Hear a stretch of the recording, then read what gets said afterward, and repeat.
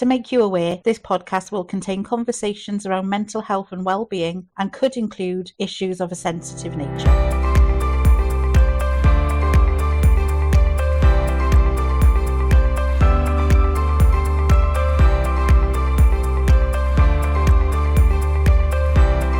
This is a podcast from Torvine Talks CIC. Well, hello. Hello, everyone. And we have some updates for you. We have got some updates for you. Wow. With money from Torvine County Borough Council for the social enterprise funding. That's easy for you to say. That's very easy for me to say. Fortunate enough to get that and also to get the training to help Torvine Talk CIC. It was so much, it really meant a lot to us, not only for the money reasons, which I think a lot of people think with that kind of funding, but to have the mentor and the training has been invaluable to us, isn't it? It's immeasurable. I know that sounds quite dramatic, but it is true. It is immeasurable. Because we have got no business in us, really, have we? So it really is good to have that mentoring from Andrew and from Paul as well, yeah. Oh, it's been wonderful. Oh, absolutely. Yeah, and then to have the training that you've been able to go on for it. Yeah. It's been really good. And as an offshoot of that, obviously, Men's Space in Village Hall. That's been awesome too. With that launched in men December. Coming together for a cuppa and a chat. And then, obviously, from that, developing new groups. So it's a case of watch this space, isn't it? Watch this space, coming soon. At least 2 groups that we're going to be starting. Yeah. So yes, we'll have some exciting news updates with that, I'm sure, for you shortly. But equally, we've been famous. Can you believe that? I know. So we've made it. Yeah. I think it's only the online version. I don't think we saw it in actual physical paper. But we made the South Wales Argus. I know. Which just came from a quick little message and an email. Yeah. And the journalist did his magic on that, to be fair. Made a lot of meat on the bones from what we told him. That's right, yeah. It was a lovely writer. A lot's been going on. It's been a bit of a moment, really, hasn't it? Yeah. So it's nice to kind of bring it all back to what have we got coming up on this episode? Firstly, I think you're going to be going up to Blaenavon for the Natter group. Yeah, talking with Emma up there. Then you're going... So the thing that every female wants to join is the IfUGoIGo scheme. Talking with Megan about that. Caught up with her a couple of months back, but it's still going so strong and so well. Still going strong. I know there's a waiting list, but it's worth it. Oh, yeah. Definitely, absolutely. Ladies, get your names down. I have known so many people have gone through the programme. I know that it's really been life-changing for them, but going for the IfUGoIGo scheme. Awesome. So honestly, have a little listen to that later. Patrick's interview with Megan.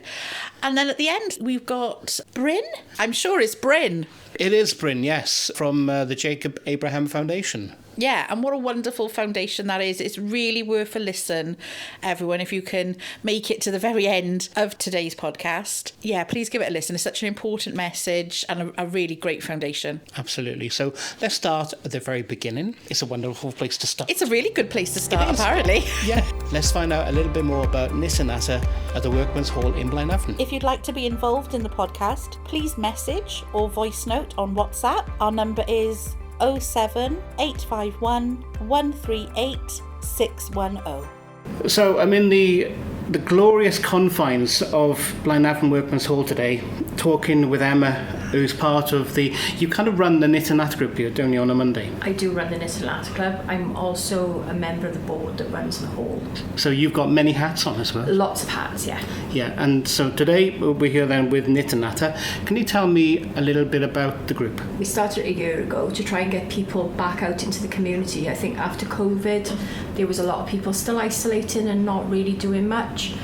I could also see there's a gap with older people and younger people coming together, learning a skill that's kind of been forgotten. Yeah. And it's something I love as well. So I get to teach a crochet and I have somewhere to hide all my wool as well. On a basic kind of day, what kind of people come in? A wide variety of people from, I think my youngest attendee in the evening is about 6, and I would guess, without being too indelicate, into their 90s, maybe my eldest. Yeah. Wow. Yeah. So between 6 and 96 or something, isn't it? Wow, that's quite a range. And what do people do when they come here? Because that kind of does what it says on the tin. knit and natter. What do you do with regards to knitting? Do you teach, or do you show as well, or do people just come and... There's been a host of different people coming along. So there's people that are seasoned knitters, seasoned crocheters, and there's ones that want to learn to do it. So there's always someone here that can help do that. I tend to help with the crochet, and we've got a fabulous lady that knits as well, and she's really patient with people. And there's quite a few of us that get involved with helping people.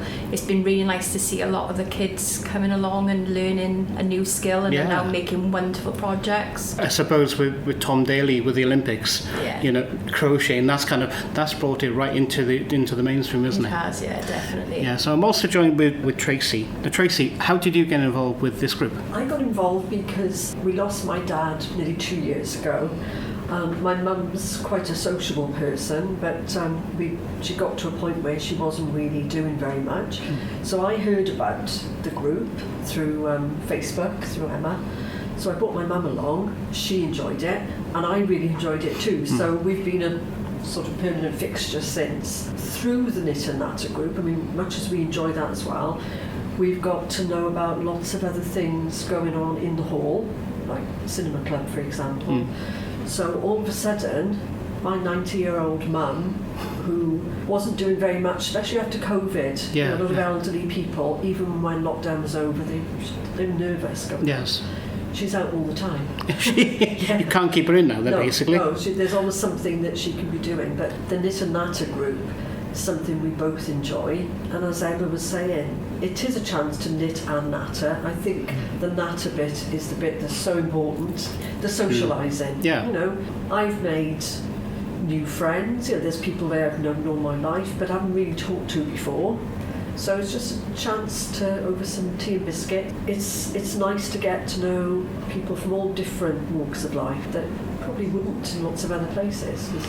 Knitting is the common denominator, or crochet. You kind of touched upon it a little bit there in the fact of how it brings everybody together for different things. What would you say to somebody who sees it and thinks, I quite fancy doing that, but a little bit apprehensive? What would you say to them? I would say, just come along and see what you think of it. If they're apprehensive because they don't know how to knit or crochet, that's not a problem. There's plenty of people here who are very happy to help, teach. You don't have to be particularly good. I'm not very good. I'm just a basic knitter and enjoy it. If their apprehension is more down to the social side of it, again, I would say just come along, because we're a very welcoming group, aren't we? Yeah, definitely. And whether or not you know someone who's already there. I mean, there's lots of people that have come along on their own. Some people that have been new to the area and have come along, and it's a way of becoming integrated into the community. It's become its own community then, hasn't it? Yeah, definitely. Just through knitting and crocheting. So Emma, how do people get involved?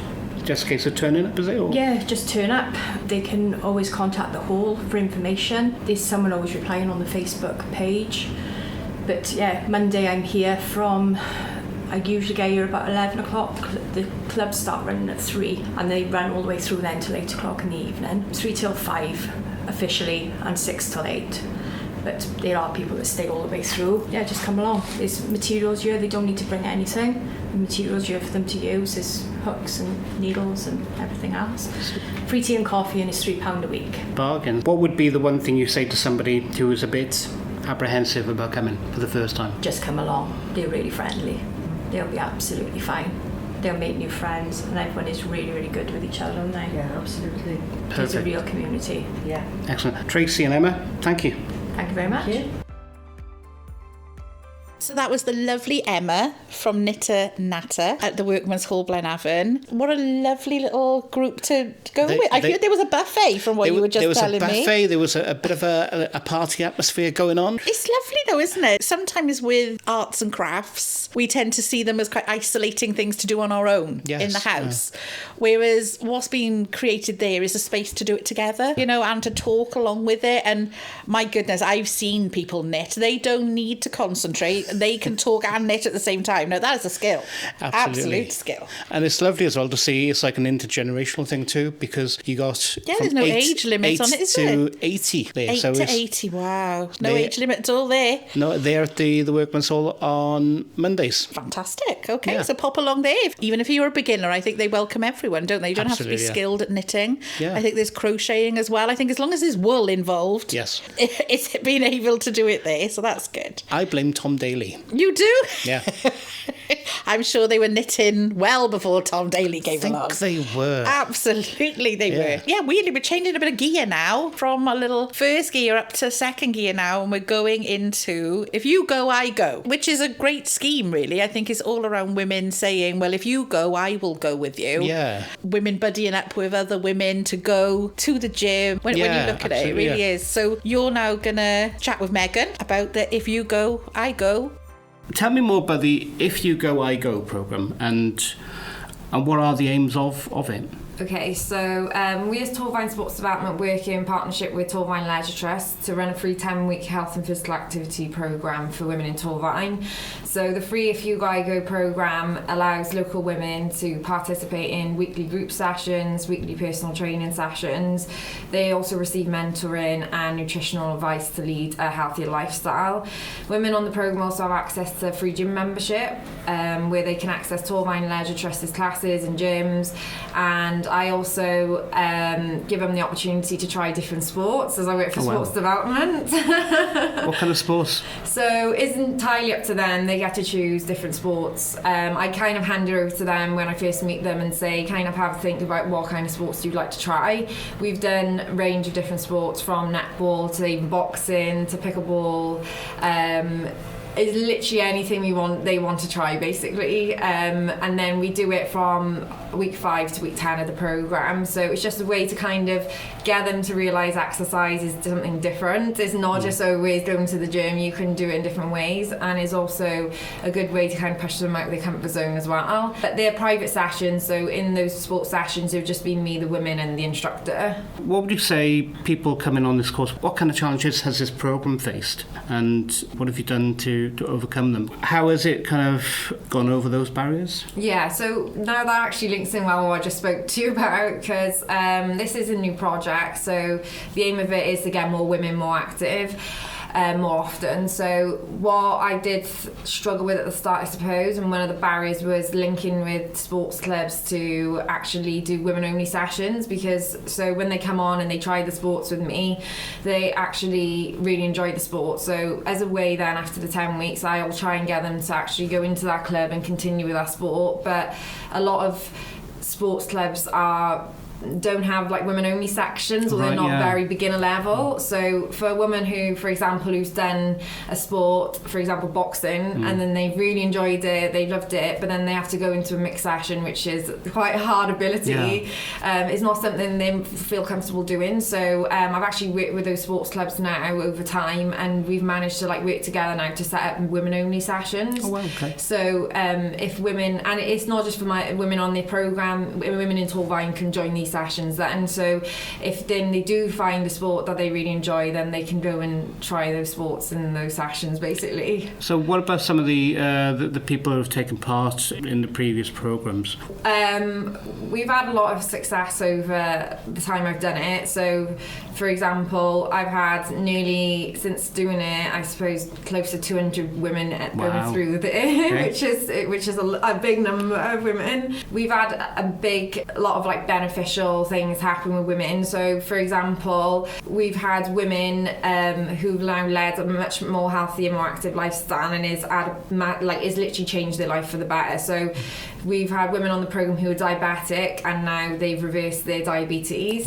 We've had also women with fertility issues and they've been able to have IVF treatment, and we've also had women who are on medication, so for their physical and mental health, and now they've come off that medication completely. I'll give you two like main examples, because these are the ones that really like stand out to me. So first met with this one woman, and because she joined the program because she got diagnosed with pre-diabetes, so it really like shocked her, and she was really struggling with her weight at the time. So she joined in July 2022, and since she's been on the program, she's lost 5 stone in weight. Wow. Okay. And she's seen a massive improvement in her health. So she's managed to reverse her onset 2 type 2 diabetes, and she's reduced her blood glucose levels from 46, which is pre-diabetic, back to 31, which is the lowest possible level it can be. So, for example, she's literally, if I read a quote from her, she says, "I know for certain I would not be where I'm now if I never participated in this program, and if I never received the support that I needed so desperately. My life has dramatically improved as a result of the IfUGoIGo program, and it's also had a positive impact on my children, particularly now my son, who has joined the gym and exercises regularly." So I also see him now in the gym, which is really nice. So it shows there's a beneficial like impact on them. And then this other one to us is like the biggest outcome we've ever had, and it's really made a massive difference to this woman's life as well. So I first met with a woman when she was trying to start a family, but she was unsuccessful for 2 years. So that was the reason she joined the program. So she wanted to try and lose weight to help with polycystic ovary syndrome. So since being on the IfUGoIGo program, this woman has also now lost 5 stone in weight, and was eligible to get fertility treatment. Wow. That she's always been waiting for. But if I read this quote from this woman, it was kind of shocked us, because we all thought she had IVF and we was waiting to see the results from this. But when the woman, if I was to read this, she says, "After losing 5 stone in weight, I was finally eligible to private fertility treatment. I had some testing done, and all signs of my polycystic ovary syndrome has been reversed. There was no cyst, which I'd been previously told would make conceiving difficult. Between testing and starting treatment, I fell pregnant naturally after 5 years of trying. My pregnancy has been very easy. All my tests are coming back perfect, and I've been told that this is due to weight loss and lifestyle I've followed. I wouldn't have achieved this without the IfUGoIGo, and now I can finally say this woman has now been able to start a family and has given birth to a baby boy very recently, which is amazing." Yeah. The other question, I suppose, really would be, how does a program like this measure success and the impact within the community? And in real terms there, that one lady who's now started a family, because at the very start she wasn't able to, and now she is. So well. I suppose we measure success and impact on basically seeing the number of women who we can get active, and also who remain active after the 10-week program. We don't want women to see the 10-week program as something that they do, and then it's kind of, once that ends, their health and fitness journey ends. We want to basically give them the tools they need, so give them the healthy habits and behaviours that they need to continue with their health and fitness journey. So we kind of measured the success then on what happens after mainly the 10-week program as well. So we've seen a lot of women now, I would say all of them have signed up to gym memberships afterwards with the Tour by Natter Trust, which is amazing. They've also basically done loads of different challenges, fitness challenges. They've joined sports clubs, they've signed up to PT sessions, they've even done 10Ks with us through my work. We've just done recently the McMorris Newport 10K, and Wednesday we also done the Colour Dash 5K together as well, which was really good. Yeah, I suppose it's just getting women who's been sedentary with poor mental, physical health, and basically helping them to adopt behaviours and for exercise to now be a part of their lifestyle, because we don't want women to see exercise as negative. We want them to see something positive and beneficial. And because of this now, as I've read some of the stories, that their health has massively improved from that. So it's really creating a safe space for a woman to come in to feel comfortable at the end of the day. What kind of things have you got coming up now with IfUGoIGo? I'll go over the 10-week program briefly, because just to explain that. So to be a part of the 10-week program, women fill out an application form, and then they'll meet with me prior to the 10 weeks. So for anyone who thinks they just go straight into the 10-week program, that's not the case. They get to meet with me individually, and I get to explain the 10-week program and what to expect with them.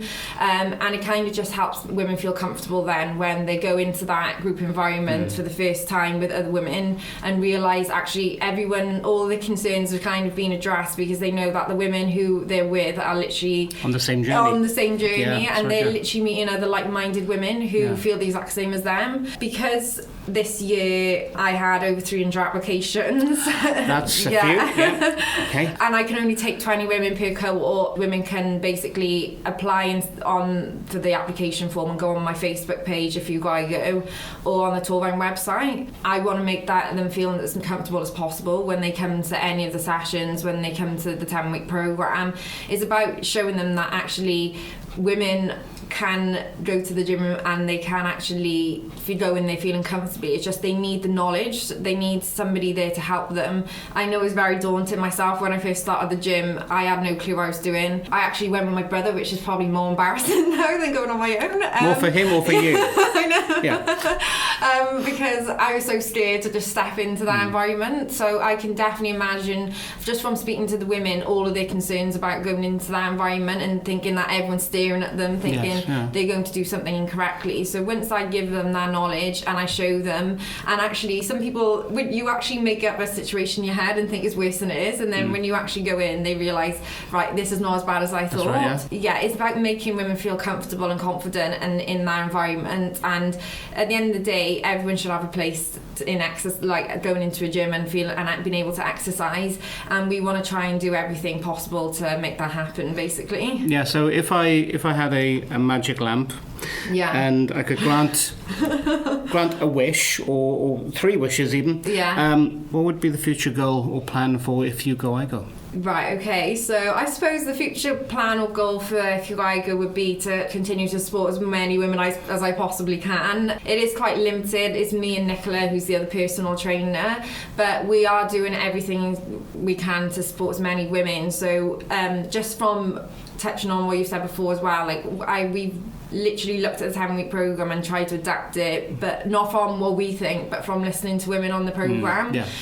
So we've brought in more people now to support us. We've got nutritionists, we've got psychologists, we work with sports clubs, so we wanted to try and give them the best possible experience of the 10 weeks so they can continue. So I suppose that's the main thing. And I have noticed something from when I've done the 10-week program, when I meet with women and they say to me they've applied because their mental health's not in a good place, their physical health. A lot of the time is because they prioritise everyone else except over their own needs, and it's difficult because they don't want to go to the gym and think, actually I'm giving that time to myself when I should be doing all these other things. But I always tell the women, actually, you doing that, it will literally benefit your health and your mental health and everyone else's in your family as well. And it's basically the 10 weeks and all the other sessions I plan. It's just to have women, to give that women that time that they need and which everyone needs, and to make them feel healthy, happy and confident, and just to get them to enjoy exercise. It shouldn't be seen as a chore. Like I know a lot of women see as like a chore and as negative, but once you're in it and you know what you're doing, it really isn't like that. And one thing that I am doing as well, which I kind of mentioned, is because the program's so successful, I'm also this year trialled a similar project with teenage girls in a school, because I know, again, like women from, I think it's year 9, the teenage girls actually see a significant drop out of exercise. To me then, it's I kind of want to intervene early so then they actually don't feel like the women in the future. That's right, yeah. You're telling them exactly as it is early, it's kind of education. Then as they grow up, they'll be remembering from when they were younger, be like, well, it becomes more natural. Yeah, definitely, because when I do speak to those girls, they have the exact same mindset as the women in terms of like they see now they actually don't know how to feel comfortable exercising. They don't know what they're doing. They think everyone's watching them. So we kind of address all those barriers basically. And like one thing we do with the women is we give them a black matching IfUGoIGo t-shirt, and on that t-shirt it literally has our slogan on there saying more women, more active, more often. And that t-shirt makes the women feel comfortable, because then when they do go into the gym and then when they do go into classes, people know they're on the program, people are more likely to support them, women will come up to them and speak to them. The top is kind of like a little community now. It's a sisterhood. So and like a lot of women I see now after the 10 weeks, I was thinking, are these women going to wear these tops after the 10 weeks? But now you literally will see an army of these women wearing these tops. It's a gym gear now every time. yeah. So it's amazing to see, and it shows that they're like proud to be a part of the project, and everyone wants to kind of, I suppose I just want to empower women and girls to feel confident in themselves, to feel happy, and to just be healthy as well, because we know there's a lot of issues at the moment with obesity and poor mental health. So I'm really passionate about just kind of helping as many women as I possibly can. So you've touched upon it earlier. How do people find out more information? Although you've got a bit of a waiting list at the moment. Yeah. If people want to find out and learn more, where can they find that information? Yeah, so the best one I would say is probably my Facebook page, because I update that regularly. So so as well as if you have got any concerns of what the 10-week program is about, on there you can literally see all the photos I post of all the activities, all the sessions, all the women who go through it, and the women will always comment on all the posts as well, and they'll give you their honest opinion of things, and they just, it's a community, and we've really built it up. Like the Facebook page went from, I suppose, like 200 followers to now we've gone nearly 1,700 women. Wow. I would definitely say go on there and have a look, because I keep that updated regularly, and I'll always put the new activities on there with every bit of information on there. So if people want to find out, it's all on Facebook. Megan, thanks for talking to us today. Thank you so much. So that was the lovely Megan from the IfUGoIGo. And if you'd like to refer yourself, then it's all over their socials on how to get in touch. They have got a waiting list as well. So if you're thinking, well, I might actually get on there fairly quickly, I don't think you will at the moment, but check their socials. All the information is there of how to become part of it. Because Megan was talking on there about how lovely it is to see people in the gym wearing the IfUGoIGo t-shirts. Yes, so there's like a proper little family unit. It's a little nod, I think, when you go to the gym and see another female in that t-shirt, you know they've been on the scheme. It's a little nod to each other that you know. Yeah. You know, it's like a little club in itself, and I think that's what's going to be good as this goes on. So it is worth the wait, not just for the t-shirt, but it is worth the wait just from the confidence that you will gain just from being around other empowering women, really. Oh, yeah, absolutely. Wanting to go to the gym and build their strength. It's worth putting your name down for the waiting list. It absolutely is. Definitely, yeah. And we kind of changed gear again on this episode. We do, yeah. We travel from Blenavon to Pontypool, but now we talk with Bryn from the Jacob Abraham Foundation. Bryn is at Cambran Library monthly, drop in, and we are very much aware at the moment Cambran Library has a refurbishment, so it won't be happening right now, but please check out on their website and socials. There is still support available. It's support for anyone who's having suicidal thoughts. It's support for anyone grieving through suicide. It's really important, and we know that this really does change the gear when we're talking, but it's important to talk about suicide and not be afraid of the word. It shouldn't be taboo to talk about it. It makes it a taboo when it happens. Please, it is around making it conversation okay to talk about suicide. Please know that Bryn is there. This is the interview with him and Patrick. The Jacob Abraham Foundation, we provide support to those at risk of taking their own lives. We also provide training around, we called it brief intervention training, so almost normalising asking someone the question of, first of all, how are you? But also, are you thinking of taking your own life? Yes. Because it's a scary question. It is, absolutely, I mean, I definitely. still, when I have to ask the question, I have to take a breath and think, okay, I need to ask this. And then the third strand is around post-vention. So that's providing bereavement support to those bereaved through suicide. We're based partly in Cardiff, partly in Gwent, so we offer different services. So right, okay. I'll probably just, to start off, maybe clarify, because I'm aware, sure. You know, so the people who are listening to this might be more Gwent-based or Torvine. So within Gwent region, it's the post-vention. Right. So it's the bereavement support we offer, essentially. Yes, yeah. So essentially, if someone takes their own life aged 26 or above, Gwent Police have instant access to refer to us. Right, and then we can provide normally within 3 working days we can get in touch with the family. So it's very immediate response, and that's all built from the ethos which the charity was developed by. In Cardiff we deliver all 3. We're looking at moving the training and actually offering it within the Gwen region as well. That's sort of how we're working. But now really with funding. With regard to the kind of things you do, you talked then about postvention. How does prevention work? So the preventative work, essentially people would get in touch. A lot of our work comes from self-referrals. Okay. So it's, it could be anybody, who's finding things tricky, and they'll get in touch with the service and say that I could do with some support. It might be they use different terminology, like feeling low, feeling depressed, that sort of language, and then we unpick a bit.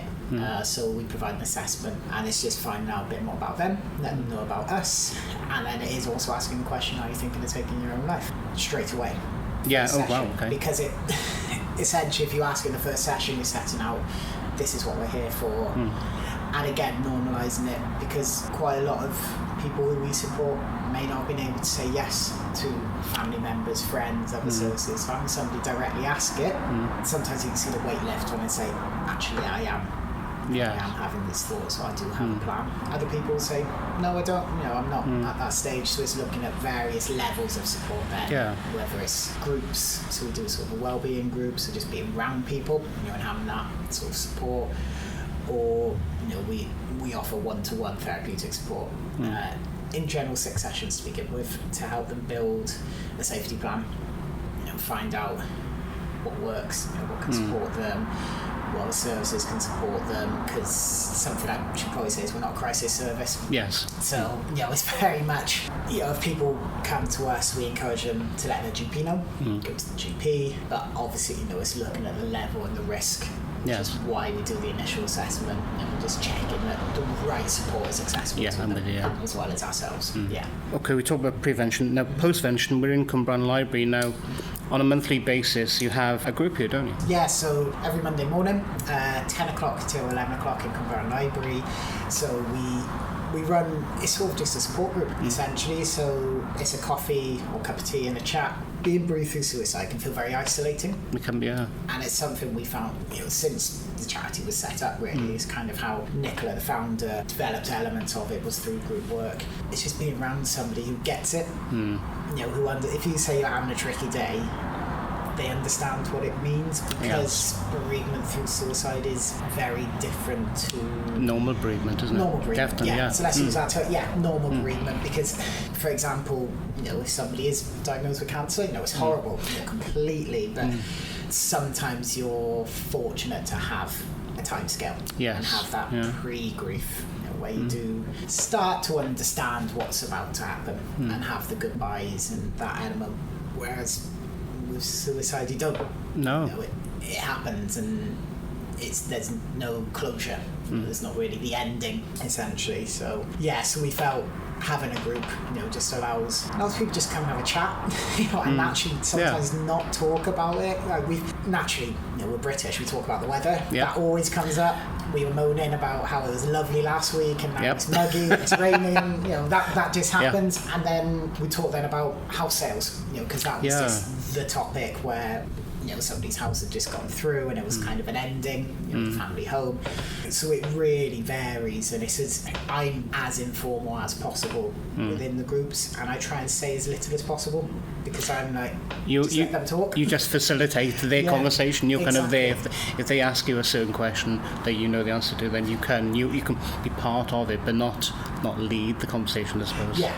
So one of the things being talked about, I'll normally find a bit of time where I'll just come in and give a little bit of education, or just alter some of the ways they're thinking. Sometimes I'll put in a different view as well. If there's sort of friction in different areas, and I might come from the other side and say, well, how about this? What have you thought about this? And just a bit of challenges. I suppose it's a community really of people who have a common denominator. And that common denominator is suicide. People with grief, people don't really understand grief, but then with suicide there's a different level altogether, isn't there? So you've got an understanding, it's like an unsaid understanding, I suppose. And I think it's naming the fact that still suicide is seen as a taboo. we don't talk about it. Historically, it was always, oh no, we don't talk about that family member, they took their own life. Or, historically, the phrase committed is used, which, if you obviously research, you'll be surprised how many people still say it, even on TV, radio, everything. It was in the early 60s, it was deemed not a crime to take your own life or to attempt to take your own life. There's a lot of people from that generation still alive. So naturally, the terminology is still there, but I use it, friends, family, anyone, I use it as an opportunity to educate. So let me just pause there. This is the terminology we use, and this is why. Yes. And just let them know why. The other thing, obviously, what does the future lie now for the Jacob Abraham Foundation? Okay, so within obviously Cardiff, so we're fortunate to be funded by Big Lottery.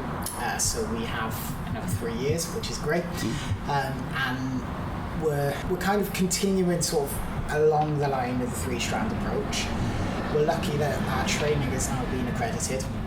So we can actually offer accredited brief intervention training and bereavement training to people. So if people get in touch, we can organise sort of the best way in offering that. Luckily, we've grown in team members as well, which is lovely, because it means that we can explore other opportunities. So things, we're running a family day at St Fagans. Oh wow! And actually so we have a play therapist who can support children who are bereaved through suicide, and actually have a family event of them coming together, getting involved in more things such as the Hope Walks, which are taking place in October and around those times, and actually for ourselves being present around that, because it is nice that the size we're at, it's a nice size service, if that makes sense. And it means at present we don't have waiting lists because of how we offer the support.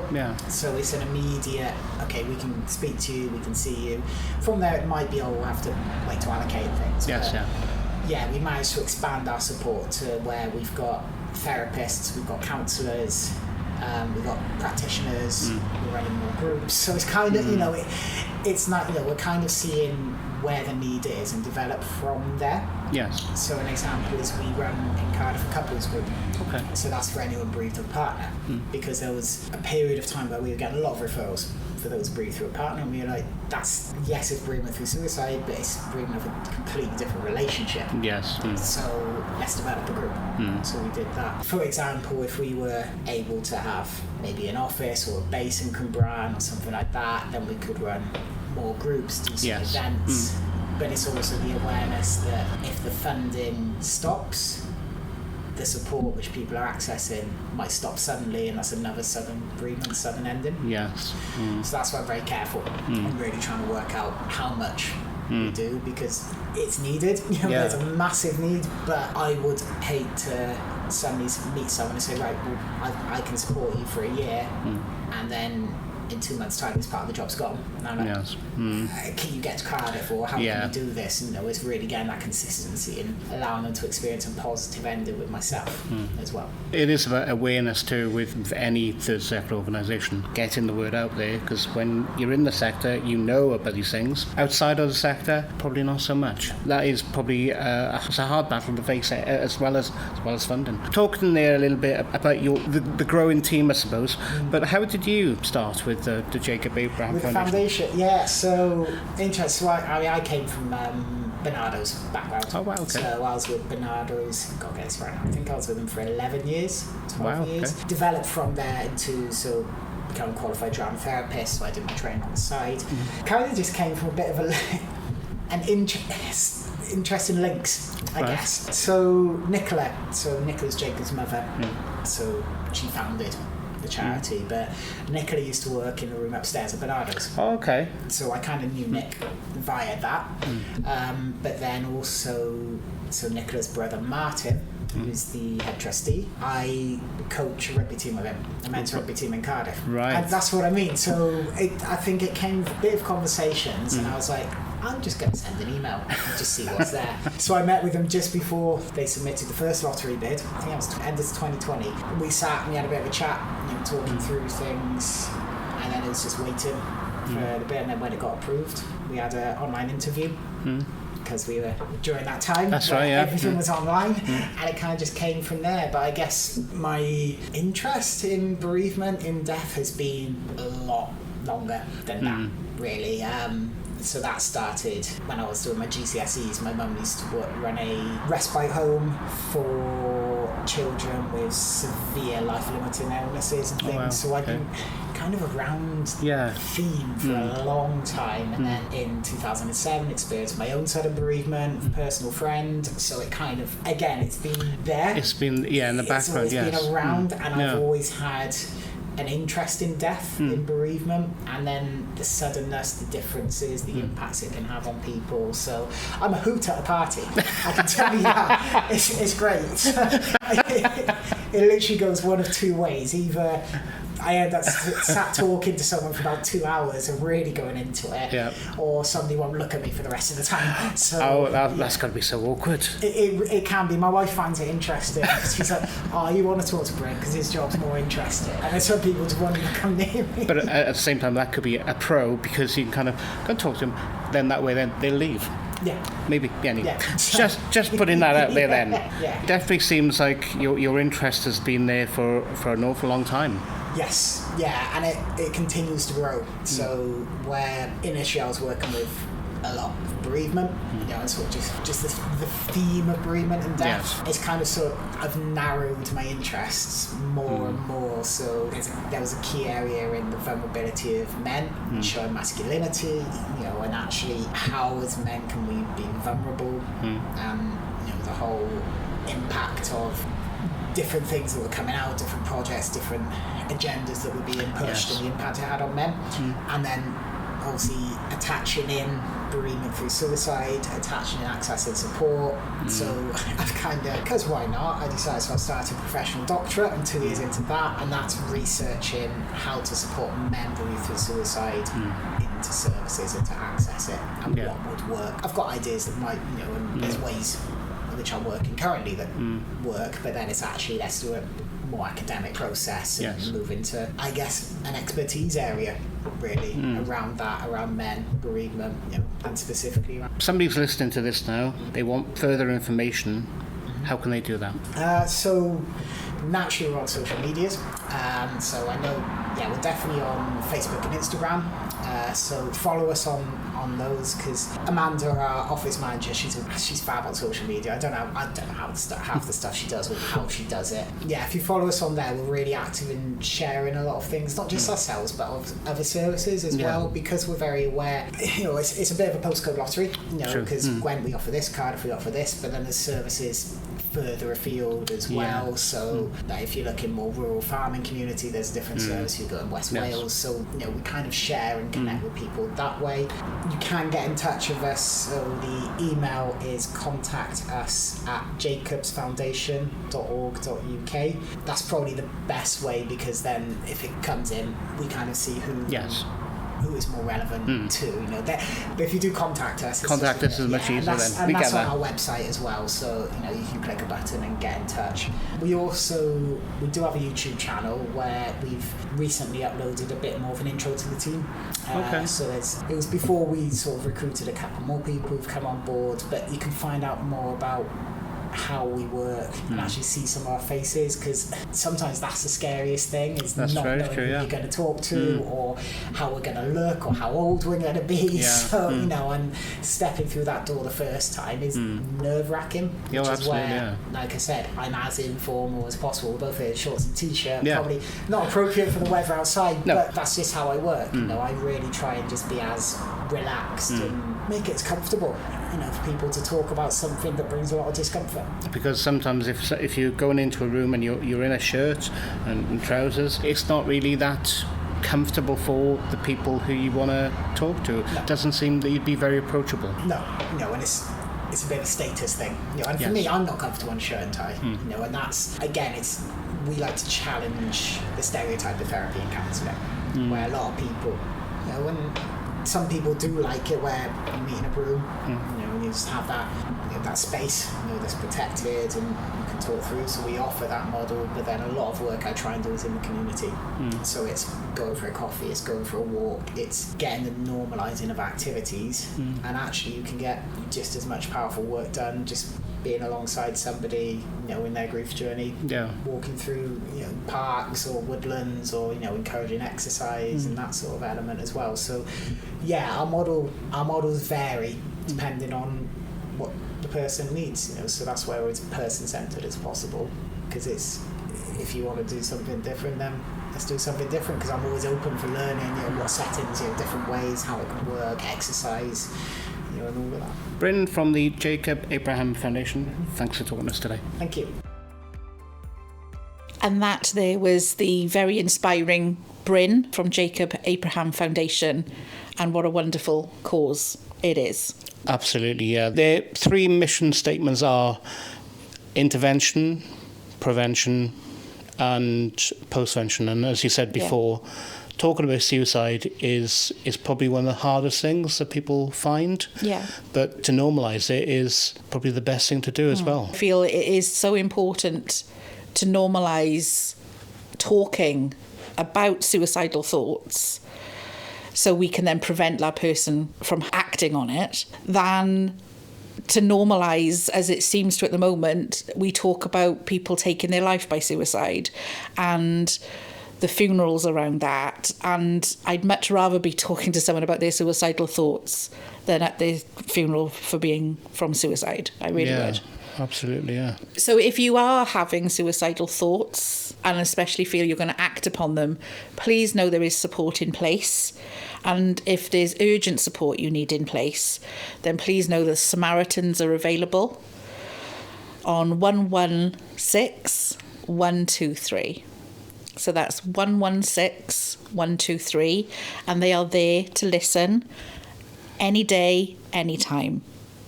And that finishes this episode. Yes, it's gone quick. It has, definitely. Yeah, we do know it's been a bit of a roller coaster. We've gone from knitting to going to the gym to suicide, but that's what community is about, and is what is happening in people's lives. Yeah. So please know support is available for everything, if that's for your mental health or your well-being, and we hope to cover all of those things. So please know that our low-cost counselling service is available to anyone living in the borough of Torfaen, and if you're over 18. And you can contact us via the website of torfaentalkcic.org.uk, and on Facebook, search for Torfaen Talk CIC. If you'd like to be involved in the podcast, please message or voice note on WhatsApp. Our number is 07851 138 610. This is a podcast from Torfaen Talks CIC.